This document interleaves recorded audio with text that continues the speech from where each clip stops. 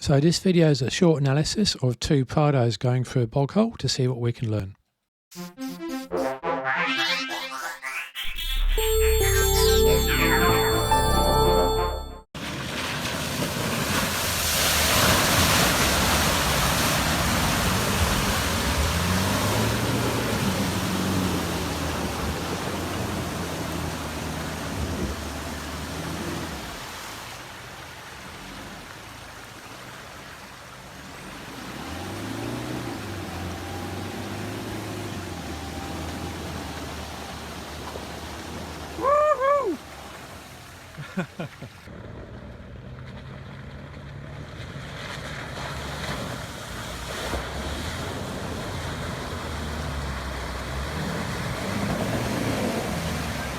Steady, steady.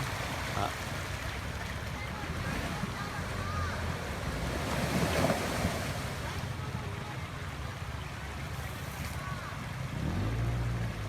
Strap you up, I'm guessing? Or you're letting the water go down first? No, your right side's spinning freely at the moment. Have you got your traction control turned off? Yeah, your back passenger wheel's the only one turning.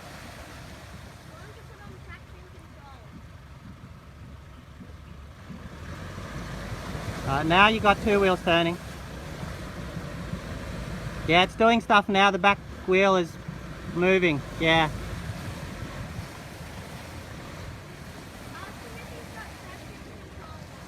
Now we're back to just the back wheel turning again.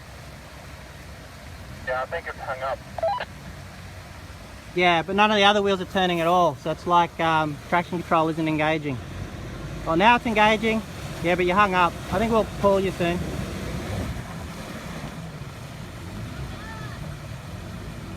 No, I think that's it, mate. Yeah, mostly it's just your back wheel turning. Yeah, it's like your traction control hasn't been doing anything most of the time. So this is the first vehicle through, a twin cross-axle differential locked Prado. You can see the driver has been moving the steering wheel left and right just to give the sidewalls a bit of flight. Gets pretty much almost to the end and then bellies out, but importantly, good bit of driving here. Doesn't just rev the vehicle, comes to an immediate stop, comes back a little bit and then just goes again, and that's enough to get the driver over that slight belly out bit. It's a valid technique and good driving. Now, second vehicle is up, already got the strap on, which is great. Probably a bit too enthusiastic on the entry, but does maintain the power and therefore momentum. Swinging the steering wheel again, which is good, but it hasn't worked. Now it's come to a halt, and at that point you have to back up, because if you've come to a halt with momentum, you're not going to go forwards unless you take another run up. Now the driver's moving the steering wheel from left to right, which is a good technique in mud because it allows the sidewalls of the tyre to grip, and that can sometimes get you out of trouble, although typically it only works when you're moving forwards with some speed. It tends not to work so well once you come to a stop like this. But take a look at that front left wheel. You see that it is not actually moving now and occasionally isn't, and that indicates that the brake traction control has been completely switched off, and the driver actually acknowledges that that's been done. And I think if brake traction control was left enabled, he would have been able to make that bog, or perhaps even drive out from where he is at the moment. So the driver just continues to spin the wheels, which is really not doing him any favours. All it's doing is digging the vehicle in and certainly not going forwards or backwards. So at this point, I would give it up. Now here you'll see the front left wheel, when the driver turns it, actually begin to turn, and the observer says, traction control is working. I don't think it's working at that point.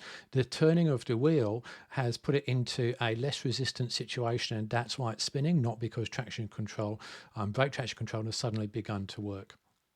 What can we learn? Well, the main thing to set up a Prado for off-road driving in mud like this is to ensure that the centre diff is locked. Do not disable brake traction control. When it's in low range, as it should be there, then you'll find that stability control is disabled. And then finally, use the second gear start button, because you don't want to be starting off in first slowing conditions like that. Now watch this 2013 Prado 150 Kakadu ascend this hill. Look at the front right wheel and just see how effective Toyota's traction control actually is, and you can see how how much it would have helped in that mud bog.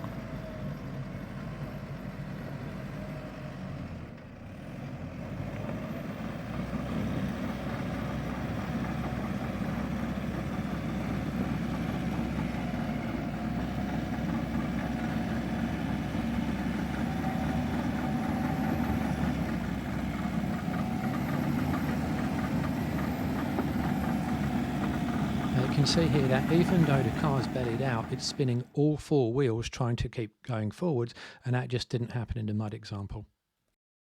So I hope you found that video useful. Any questions, please drop them in the comments, and thank you for watching.